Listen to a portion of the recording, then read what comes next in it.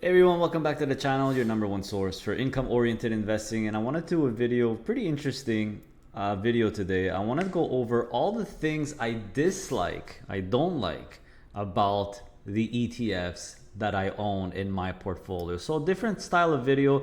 Of course, there's a lot of things that I do love, and I think by the way, if this video gets at least 6,000 views, I'll do another video saying all the things that I love, that I really do love about the ETFs that I own. But today's video, we'll do all the things. I'm going to try to point out the things that I dislike personally about the ETFs that I own, because nothing is perfect. So let's go through them.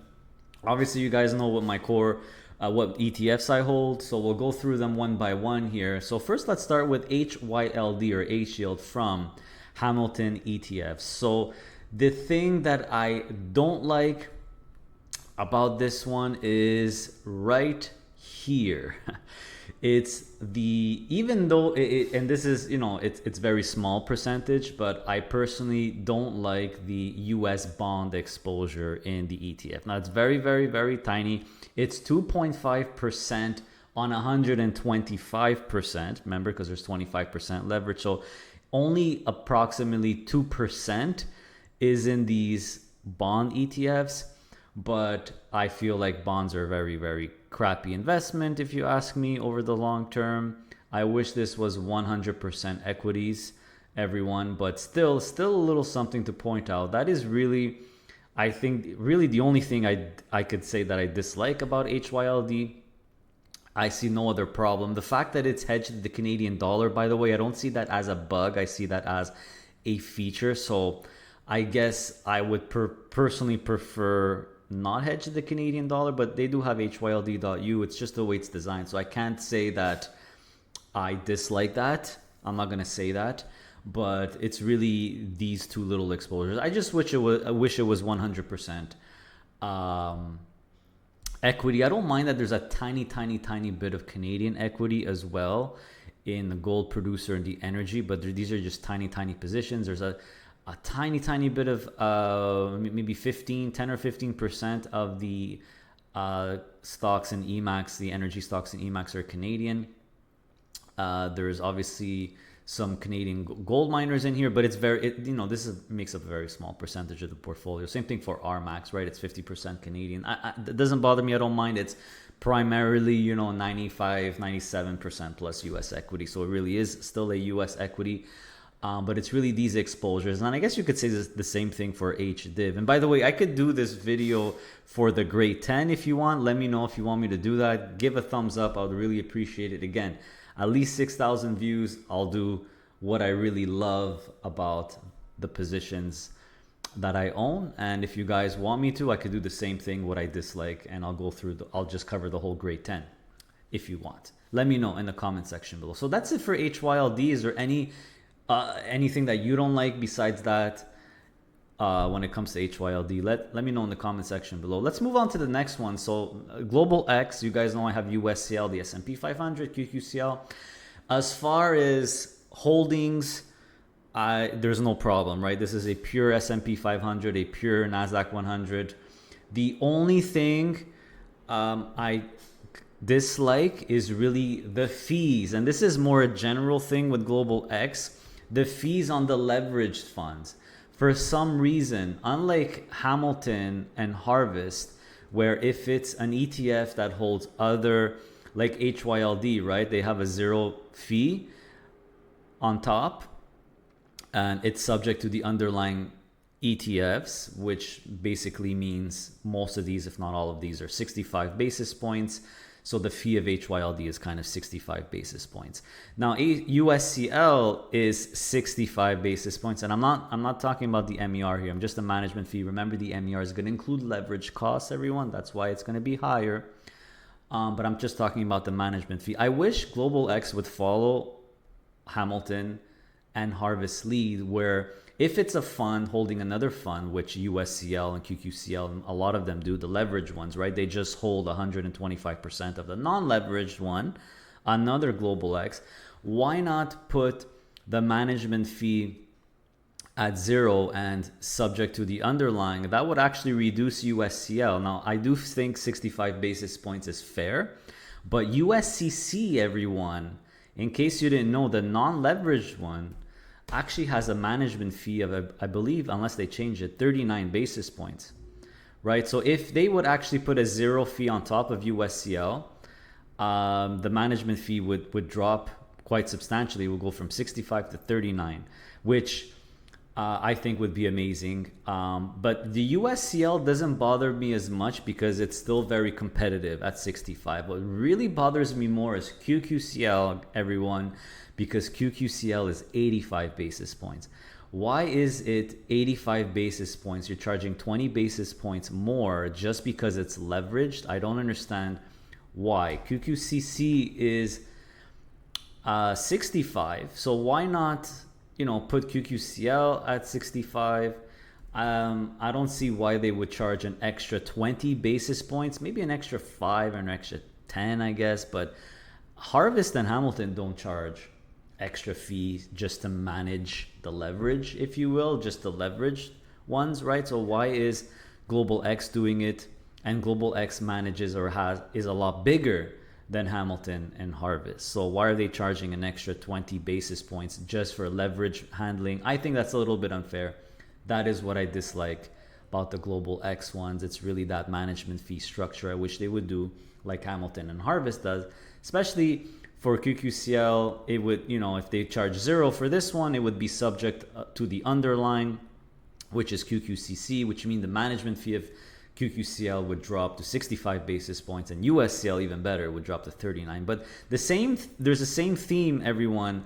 RSCL, for example, 85 basis points when the non-leveraged one, which is all it holds, is 65. GLCL, 85. Why is it 85 when GLCC is 65? So you're kind of getting the pattern here. I don't know why they're charging a substantial amount just for the leverage ones, when it's, you know, it just holds 125 on the underlying. I guess there's a little bit more work to do if there is leverage to manage the leverage, fine. But Global X has a lot more AUM. I think they could afford not to charge if Hamilton and Harvest could do it. That is really it as far as I for the Global X ones, really. Very hard to find something I dislike about it besides that. Next, we're moving on to Harvest. Now it's, I really had a hard time trying to find something that I dislike. Obviously, you guys know that I have HHIS. This is the all-in-one, and I honestly could say the fee is great, right? Because it's zero on top for HHIS. And remember, guys, in case you're wondering, fund managers are not allowed charging double fees. So by the way, USCL, 65 basis points. It holds USCC, which is 39 basis points, and QQCL holds QQCC. You're not going to be charged 39 plus 65. You're not going to be charged 85 plus 65. You're only going to be charged the bigger one. So you're only paying 85, you're only paying 65, etc., etc. So Harvest, just like their other ETFs that hold other Harvest products, they have a zero management fee on top, right? You could see that here. So that is absolutely great. And the management fee of the underlying, which are the single stock covered call ETFs, are 40 basis points. So actually HHIS is, I'm just thinking, making sure this is right. Yeah, HHIS is the lowest fee ETF in my portfolio in terms of management fee at 40 basis points. Now, is there anything I dislike about HHIS? Right now, they said that they're going to hold 15 stocks. I like all 15 stocks. I like the holdings. I like the cover call strategy as well. I honestly could say, and I'll discuss all the stuff I like and I love in the other video, but I could honestly say there's absolutely nothing I dislike about HHIS. In my opinion, it's like a perfect ETF. If you ask me, this is my opinion, guys. Remember, not financial advice here. I'm just giving you my opinion. And you know, I've kind of told myself, well, I wish they would add maybe 5% Bitcoin. Like maybe could they add a Bitcoin ETF like HBIX from Harvest or HBTE? But then I said, you know what, you could just get it yourself. And HHIS was designed to be, I believe, to hold single stocks, innovation companies. So as far as I'm concerned, guys, HHIS, I cannot find anything wrong with it. Same thing for the underlying ones, right? MSTE, I own it. You guys know my personal opinion that my favorite format is covered calls, 25% leverage, management fee is good. So MST, same thing. Cannot find anything wrong with it. HBTE, I really love it as well. It's one of my core Bitcoin positions. It's going to be one of my 3 Bitcoin exposure positions. Management fee 75 basis points. That's okay. It would have been nice if it would have been 65 like HBIX, but you know, it kind of, I'm assuming it's going to take more work to find, not find, but I guess find and track all the Bitcoin related companies, because they're going to change. So I have to say 75 basis points is acceptable for me. I really like everything about, there's nothing I could say wrong about this one. Same thing for HBIX, guys. I find this is very fair. I like the strategy. I like everything. There's nothing I dislike. 65 basis point management fee reminds me a lot. You know, this started with a 24% yield, which is approximately the same yield as BTE in the US. So it reminds me a lot of this ETF, which by the way is also 24% target yield. So it's very similar, except same management fee, by the way, as well. Expense ratio, I guess the MER is going to be a bit higher in HBIX, but whatever.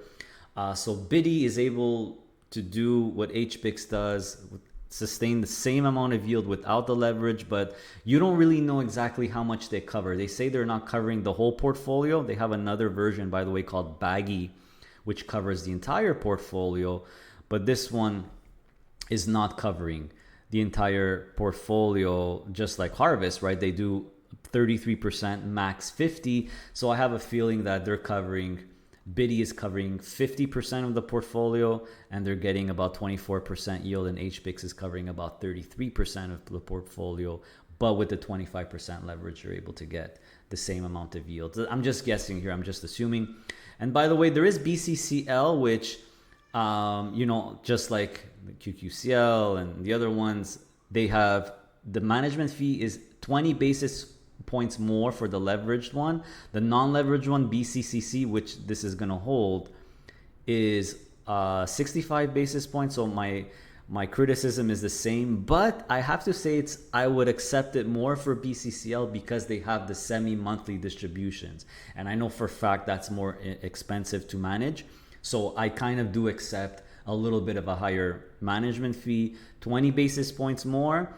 Maybe it's a little steep, but I would accept more. I would be more lenient towards BCCL because it has something extra to offer, right? Semi-monthly, whereas something like a QQCL and USCL, RSCL, etc., it's the same thing as QQCC, except it's leverage. So that's what irks me a little bit, right? About they're charging 20 basis points more for what exactly? Leverage handling. So that's it, everyone. So those are my what I don't like about the ETFs that I hold. Do you agree with me? Let me know what you don't like as far as these are concerned. And by the way, do you like this type of video, this pop-up video? Give me a thumbs up. I'd really appreciate it. At least 6,000 views, and I'll do what I love about the ETFs that I own. It'll probably be a much longer video. So thanks for watching, guys. Appreciate it, and see you next time.